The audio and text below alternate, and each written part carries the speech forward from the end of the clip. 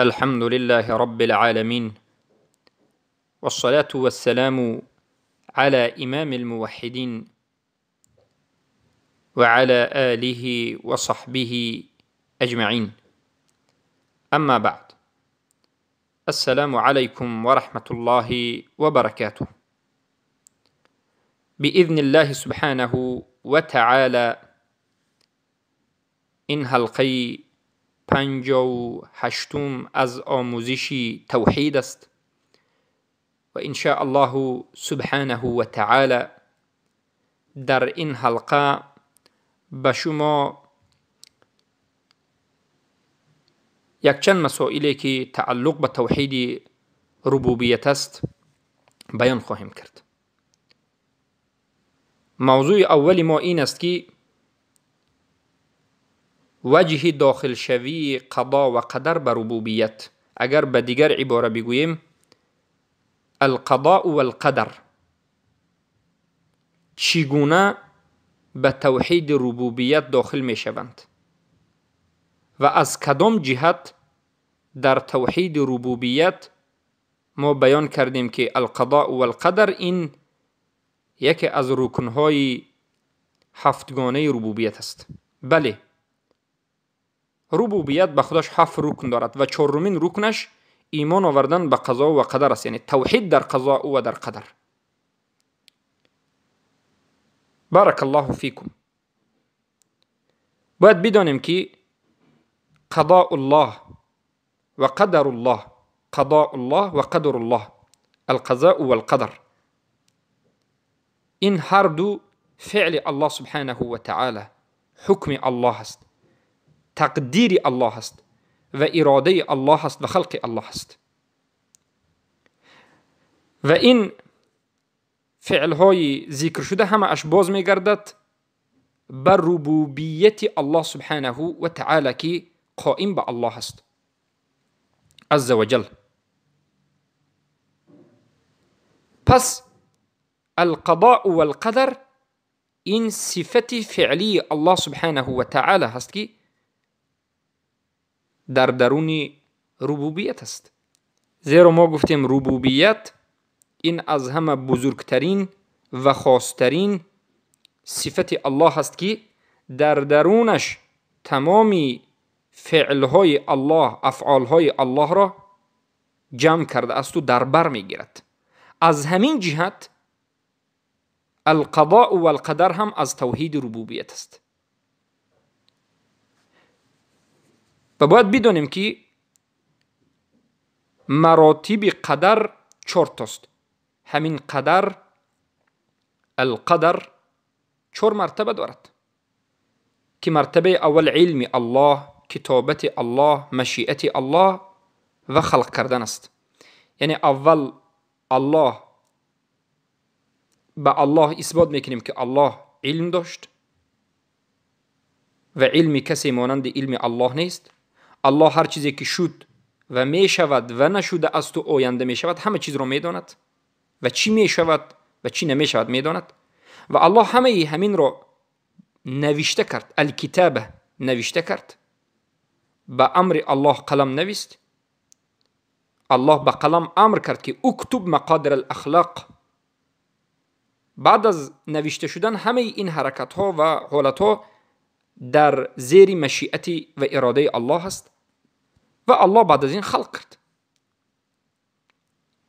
بارک الله فیکم. همه این 4 مرتبه قدر، العلم و الکتابت و المشیت و الخلق، این صفات های الله، صفات های فعلی الله هست، صفات های الله و فعل های الله هست که راجع به ربوبیت است. بارک الله فیکم. از این جهت هم باز میفهمیم که القضاء و القدر با همه مرتبه هایش قدر، این از صفات های الله، از فعل الله که راجع بر ربوبیت است. بارک الله فیکم. پس توحید الله در قضاءش و قدرش یعنی چی معنی دارد؟ یگانه دانستن الله. وقتی که ما میگیم توحید الله یعنی ما گفتیم توحید نسبت دادن یگانگی به الله. معنای توحید نسبت دادن یگانگی و یکتاگی و احدی و فرد و ویتری به الله. توحید الله یعنی یگانگی الله در قضاءش و قدرش و ایمان آوردن به همین قضاء و قدرش. این از توحید ربوبیت است و یکی از جزئیات بگویم و یکی از رکن توحید ربوبیت است. یعنی توحید ربوبیت فقط قضاء و قدر نیست، چه که ما گفتیم توحید ربوبیت اولا ایمان آوردن به وجود الله و بارک الله فیکم به کمال حیاتش و قیومیتش، بعد از این به افعال الله ایمان آوردن دوم، سوم به اسما و صفاتش و کمال جلال و جمالش و چهارم به قضاء و قدر، پنجم به شرع و امر و نهی و حلال و حرام و تحلیل و تحریم و حکم الله سبحانه و تعالی. و بعد از این ارسال الرسل و بعث الخلق. پس یگانه دانستن الله در قضا و قدرش، توحید الله در قضا و قدرش و ایمان آوردن به قضا و قدر، این یعنی توحید ربوبیت است، ایمان آوردن به ربوبیت است، فرد از افراد ربوبیت است. بارک الله فیکم. از همین جهت به ما معلوم گشت و فهما شد که مسئله القضاء و القدر از توحید ربوبیت است و هر کسی که در قضا و قدر والعیاذ بالله گمراه شود، پس در توحید ربوبیت مشکلی دارد و در ربوبیت گمراه گشته است. بمانندی دو فرقه که در قضا و قدر گمراه شدند، فرقه قدریه و فرقه جبریه. ببینید در مسئله القضاء و القدر که از توحید ربوبیت و از رکن توحید ربوبیت است، سه مذهب وجود دارد. مذهب اهل سنت و الجماعت، فرقه ناجیه طائفه منصوره، در وسط هستند، در بین هستند، غلو هم نکردند در مسئله قضاء و القدر و نقص و کمبودی و به اهمیتی هم نکردند.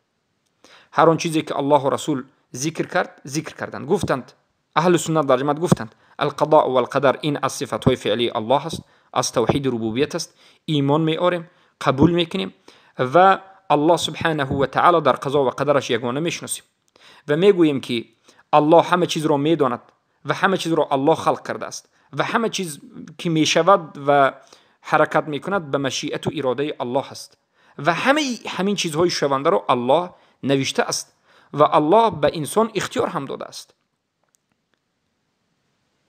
الله همین اختیاری که داده است، پیش از این که انسان اختیار کند و به همین راه رود، همین راه هم میدانست و نوشته کرد.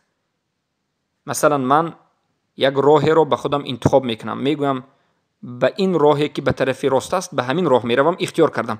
الله همین را پیش از 50,000 سال خلق زمین و آسمان دانسته بود که من اختیار میکنم راهی طرف راست را و همین را نوشته بود. یعنی در علم الله هست. این عقیده اهل سنت در جماعت یعنی عموما و مجمل و باذن الله با تفصیلش در حلقه های آینده که در جایش می آید ذکر میکنیم. و مذهبی دوم، مذهبی بارک الله فیکم، کسانی که قدریه هستند. قدریه این یک فرقه و طائفه و کسانی هستند که میگویند، مذهب قدریه میگویند الله سبحانه و تعالی شر را خلق نکرده است. البته مذهب قدریه باز به دو قسم تقسیم میشن. قدریه های هستند که اصلا بالکل میگن که الله به یگان حالت انسان تعلق ندارد، یعنی الله یگان حرکت انسان را، یگان کار انسان را، یگان چیزی که در این دنیا می شود یعنی ننوشته است و این را قدر نکرده است و این چیزها به خواست الله نمی شود والعیاذ بالله. و یک قدریه هست، قسم دوم قدریه، که میگویند الله چیزهای نیک را، خوب را، خوبی ها را، خیر را دانست، نوشت، اراده کرد و خلق کرد.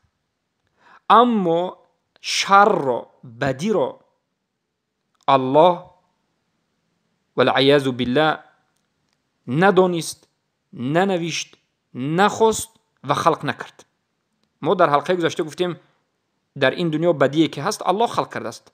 شر و بد، نیکی و بدی همه از الله هست، الله خلق کرده است. تقدیر نیکی و بدی هم الله خلق کرده است. اما قدریه ها تقدیر نیکی را قبول میکنند و تقدیر بدی را قبول نمیکنند. بلا و مصیبت و شرک و کفر بگویم و زنا و این دزدی و دیگر کارهای فحشی که هست میگن که این را الله نخواست، این بغیر اراده الله هست. سبحان الله، الله این چیز را اصلا خلق نکرد، این را خود انسان خواست و خودش خلق کرد. از همین جهت روایت آمده است که القدریه مجوس هذه الامه میگن. این روایت از رسول الله صلی الله علیه و آله است، گرچه که در سندش فی کلام است، لیکن 100% از صحابگان و تابعین هم روایت شده است که قدریه ها، کسانی که میگن که الله بدی را خلق نکرده است، اینها گفتند مجوس این امت است، مثل آتش پرست مجوس است. در درون امت مجوس همین قدریه است. چرا که اینها گفتند دو اله، دو خالق وجود دارد. خالق یکم الله است، نیکی ها را خلق میکند، و خالق دوم انسان است که بدی ها را خلق میکند. بمانند مجوسی ها میگن که دو خالق وجود دارد، خالق خیر و خالق شر. خالق خیر این خالق نور است و خالق آتش است، و خالق شر گفتن خالق بدی و تاریکی و ظلمات است. والعیاذ بالله. از همین جهت حتی حدیثی هست که علما سیم کردند، گفتند طائفتان من امتی لا یریدان الحوض ولا يدخلان الجنه. دو طایفه از امت من به حوض کوثر وارد نمیشوند و به جنت هم داخل نمیشوند. القدریه والمرجئه. قدریه ها کسانی که گفتند که الله فقط نیکی ها را خلق کرده است و میداند، اما بدی ها را الله خلق کرده است نکرد و نمیداند، بلکه انسان خودش بدی را خلق میکند، گویا که دو اله هست گفتند. والعیاذ بالله. اینها و طایفه دوم این مرجئه ها که غلات شدند و دین را به نابودی کشیدند. این دومین مذهب بود، مذهب قدریه ها. بله قدریه ها گفتیم نوعها دارد، با همه نوعش. شرکش در کجا هست؟ این مذهب دوم مشرک شد در قدر مشرک شد. گفت بجز الله یک کسی دیگر چی است؟ خالق است کی بدی ها را خلق میکند. انسان، هر یک انسان را اله گفتند. اینها مشرک شدند و شرکشان در قدر بود که باز میگردد به شرک در ربوبیت. یعنی اینها در قدر مشرک شدند و باز میگردد قدر به کجا؟ به ربوبیت. برای که القضاء و القدر این رکن ربوبیت است. هر کسی که در قضاء و القدر مشرک شد، سبحان الله، قضاء و قدر را ساختنش را و به وجود آوردنش را به غیر الله نسبت داد، یا در نیکی یا در بدی یا در هر دوش، در جای در جزئیاتش نباشد، این مشرک در ربوبیت شد و توحید ربوبیتش شکست. والعیاذ بالله. پس این مذهب دوم بود. مذهب سوم در مسئله القضاء و القدر، اینها جبریه ها هست. اینها مخالف قدریه ها. قدریه ها گفتند که الله در تقدیر انسان هیچ علاقه ندارد، یا که الله فقط نیکی خلق کرده است و بدی را خلق نکرده است. جبریه ها باشد گفتند، جبریه های مشرک جهمی گفتند که تمامی حرکتی که انسان میکند این به قدر الله است و انسان مجبور است و انسان اصلا اختیار ندارد. ببینید به اهل سنت و جماعت یا که به قرآن و سنت چی مخالفت کردن؟ گفتن انسان مجبور است. یعنی انسان زنا کند هم این به تقدیر الله است، یعنی این مجبور بود، این دیگر هیچ علاج نداشت. یعنی این جبریه ها میگن که انسان به مانند یک ربات هست، انسان به مانند یک سیستمی هست که از همون سیستم یگان اختیاری به یک طرف دیگر رفتن ندارد. خواست انسان ندارد، اختیار ندارد. انسان هیچگاه اختیار کرده نمیتواند. اهل سنت و جماعت میگن انسان اختیار دارد. در نزد انسان یک دو راه است، راه حرام و راه حلال. انسان میتواند که یکی از این راه اختیار کند، لیکن الله این را میداند به علمش و قدرتش پیش از اینکه این انسان اختیار کند. جبریه ها میگن نه، انسان اصلا اختیار ندارد. پس همین جبریه ها مشرک شدند. جبریه ها از همه مذهبی بزرگترین در مسئله جبر در تقدیر این جهمی ها هست. جهمی ها از جهم ابن صفان، از استادش جعد ابن درهم که همچون مرتد در خراسان سرش را زدند، و اشاعره ها هست. مذهبی اشاعره، مذهبی اشعری ها هم در مسئله تقدیر القضاء و القدر، در مسئله القدر انا همین مذهبی جبری هست، جهمی و جبری، که ما در این مسئله یک حلقه مخصوصی کرده ایم. هر کسی که میخواد یک معلومات زیاده بگیرد در مسئله اعتقاد اشاعره در مسئله القدر، القضاء و القدر، به حلقه های اشعری شناسی و ماتریدی شناسی نگرد. البته مذهب ماتریدی در مسئله القضاء و القدر مثل اهل سنت و جماعت است، گرچنده که در دیگر مسائل مذهب ماتریدی هم یک مذهبی باطل است، مذهبی بدعتی شرکی مثل اشاعره است.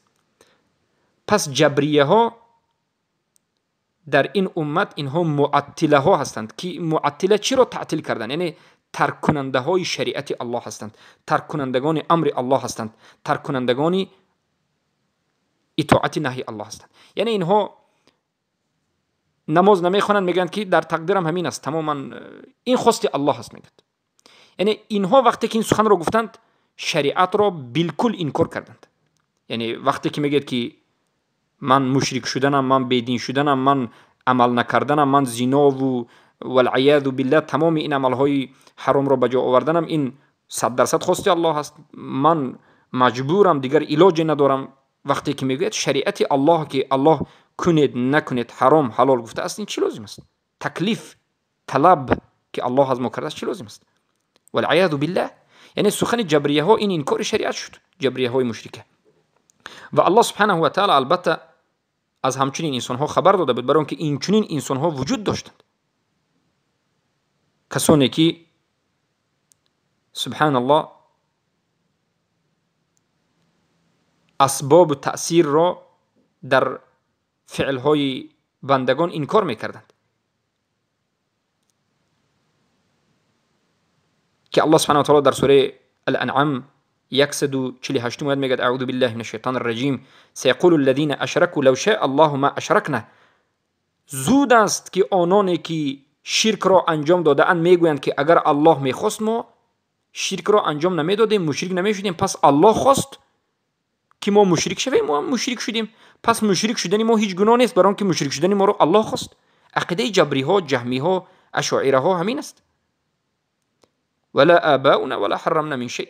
پدران ما هم مشرک نمیشدن اگر الله میخواست. خیر الله خواست، وقتی که الله خواست ما دیگر علاجی از این راه برآمدن نداریم، ما مشرک شدن میگیریم و این گناه نیست، برای اینکه خودی الله خواست میگه. سبحان الله. در سوره اعراف آیه 28 هم الله میگه و اذا فعلوا فاحشه قالوا وجدنا عليها آباءنا والله امرنا بها.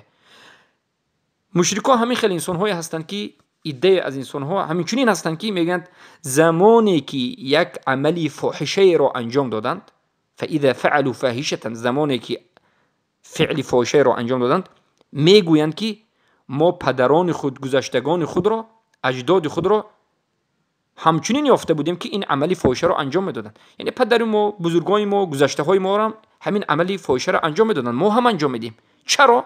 والله امرنا به، برای که الله ما امر کرده است. امر نه به واسطه رسول الله صلی الله علیه و آله یا رسولان یا که کتاب و غیره. این سخنشون یعنی اینکه الله ما را همچنین خلق کرده است، الله همین را میخواهد، الله ما را به همین وادار کرده است. والعیاذ بالله. این تهمت به الله است، این شرک است، شرک تعطیل است البته. و این در سوره اعراف آیه 28 بود. و در سوره نحل آیه 35 الله میگه وقال الذين اشركوا لو شاء الله ما عبدنا من دونه من شيء. گفتند آنانی که شرک را انجام میدهند، یعنی مشرکا گفتند که لو شاء الله ما عبدنا من دونه من شيء، اگر الله خواهد ما بجز الله هیچ چیزی را عبادت نمی کنیم. مشرکا گفتند که الله خواهد ما بجز الله هیچ چیزی را عبادت نمیکنیم، به الله شریک نمیتیم. یعنی معنای سخن اینها این است که خیلی که اهل سنت و جماعت به اعتقاد دارند که مفهوم المخالفه وجود دارد. مفهوم المخالفه این آیت همین است که خیلی در علم اصول فقه علما ذکر میکنند، یعنی الله خواست که ما مشرک شویم، برای همین ما مشرکیم. مشرک بودن ما گناه یا عیب نیست میگند. این عقیده جبری هست، یعنی در مسئله قدر مشرک شدند. یا که در سوره زخرف هم آیه 20 آمده است که میگه وقالوا لو شاء الرحمن ما عبدناهم، اگر گفتند مشرکا گفتند که اگر رحمان یعنی الرحمن الله خواهد، ما غیر از الله دیگر چیزی را عبادت نمیکنیم. والعیاذ بالله. البته این جبریه ها مشرک شدن در چی؟ در جبر گفتند همه چیز از جانب الله است. تقدیر را چگونه ای که در قرآن و سنت آمده است نفهمیدند و این سبب شد که مشرک در القضاء و القدر شدند. وقتی که القضاء و القدر مشرک شدند، وقتی که القضاء و القدر رو کسی انکار کرد یا که کسی مثل قرآن و سنت نفهمید و خطا فهمید، پس این مشکلی در ربوبیت است، پس مشرک در ربوبیت می شود. سبحان الله. یا به مانند قدریه های شیطانی ابلیسی که اعتراضی قدر الله میکنند، آنهایی که به اقدار الله یعنی صبر ندارند. از همین جهت برادران و خواهران عزیزم، ما به شما میفهمونیم که مسئله القضاء و القدر هم یعنی بگیم مسئله اعتقادی است و هم مسئله عملی است. البته اصل اعتقادی است، اما عملیش این است که وقتی که بلای و مصیبت آمد، انسان موحد، انسانی که از توحید ربوبیت خبر دارد و موحد در ربوبیت است، حتما صبر میکند. چخیلی که در حدیث آمده است که رسول اکرم صلی الله علیه و سلم میگن عجبا لامر مؤمن اذا اصابته السراء فشكر فكان خير له واذا اصابته الضراء فصبر فكان خير له. من تعجب میکنم به امر مؤمن که بجز مؤمن هیچ کس این صفت را ندارد. زمانی که به بالای مؤمن یک نعمت آمد، خوشبختی آمد، سعادت آمد، یک نعمت الله آمد، یک و یک بار الله را شکر میکند، الحمدلله میگد. این نعمت را به الله نسبت میدهد، برای که نعمت از جانب الله است و این توحید ربوبیت است. رزق از جانب الله است. غیر الله کسی دیگر را مدح و رحمت و یا که حمد و ثنا نمیکند. البته شکر کردن جایز است. اول الحمدلله میگید و بعد از این اگر یک کسی به واسطه یک کسی نعمت الله آمده باشه، شکر کردن جایز است. و بعد از این بارک الله فیکم، زمانی که به بالای مؤمن یک بلای آمد، یک مصیبت آمد از تقدیر الله که در زندگی همه بلا و مصیبت می آید، در این حالت آدم مؤمن، انسان مؤمن چیکار میکند؟ زن و مرد و کسی نباشد، صبر میکند. چرا صبر میکند؟ از سبب اینکه قوی هست و منظور؟ نه، به خاطر اینکه ایمان به الله دارد، به خاطر اینکه ایمان دارد که القضاء و القدر این در دست الله است. همین حادثه وقتی که آمد و واقع شد، این دلالت میکند که الله سبحانه و تعالی این را دانسته بود و این را نوشته بود و این را خواسته بود و این را خلق کرده بود و این به وجود آمد. وقتی که انسان به همون بلا و مصیبت راضی نمی شود، صبر نمی کند، پس این به علم الله، به نوشته الله، به خواست و مشیت و اراده الله، به خلق الله راضی نشده است. از همین جهت و اعوذ بالله به شرک واقع می شود.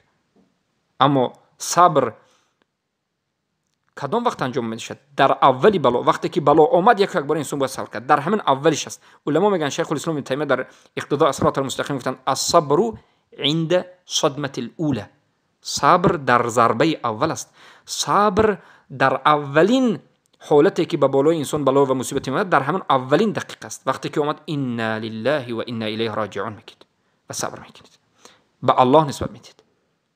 الله کرد، الله خواست، اگر فایده ندارد که این شرک در ربوبیت است. البته شرک اصغر. بارک الله فیکم.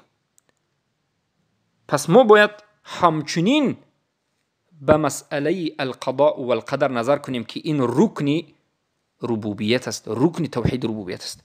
وقتی که کسی در مسئله قضاء و القضاء و القدر یعنی یا قدریه می شود، قدر رو انکار می کند، یا که جبریه می شود و همه قدر رو یعنی از بودش زیاد می کند، یعنی معنای سخن ما این است که افراط یا تفرید می کند، یا غلو می کند یا که کمبودی می کند، پس در رکن توحید ربوبیت مشکلی به وجود می آید و در همون حالت به شرک واقع می شود.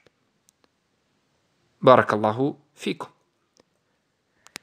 پس با همین این حلقه را به پایان می رسانیم و باذن الله سبحانه و تعالی در حلقه های آینده به شما باقی مانده از رکن های توحید را، وجه داخل شویش را همچون رکن توحید ربوبیت بیان خواهیم کرد.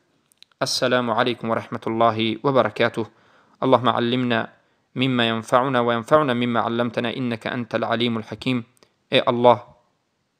ای الله کی الله احد استی، الاحد الصمد الفرد الوتر الاول والآخر الظاهر والباطن الحي والقيوم المنان بديع السماوات والارض یا ذو الجلال والاکرام. با این نامهای بزرگت، اسم اعظمت طلب میکنم، از تو دعا میکنم و از تو مسئلت میطلبم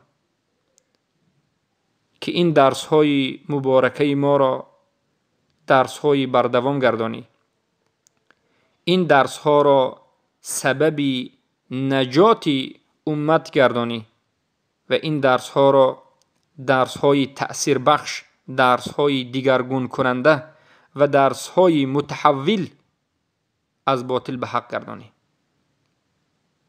ای الله از تو می طلبم که به این درس ها مردان و زنان خاص خودت را، بندگان خاص خودت را جمع بکنی و این درس ها را منتشر سازی و این درس ها را به تألیفات تبدیل شدنش و تا روز قیامت دوام یافتنش را نصیب و روزی بکنی و از ما گناهگاران این همه سخنها را بر دوام گفتن و به این سخنهای توحیدی گفتهمان عمل کردن و درست و حق را بیان کردن و ثابت قدم بودن در این راه را نصیب و روزی بگردانی. بارک الله فیکم.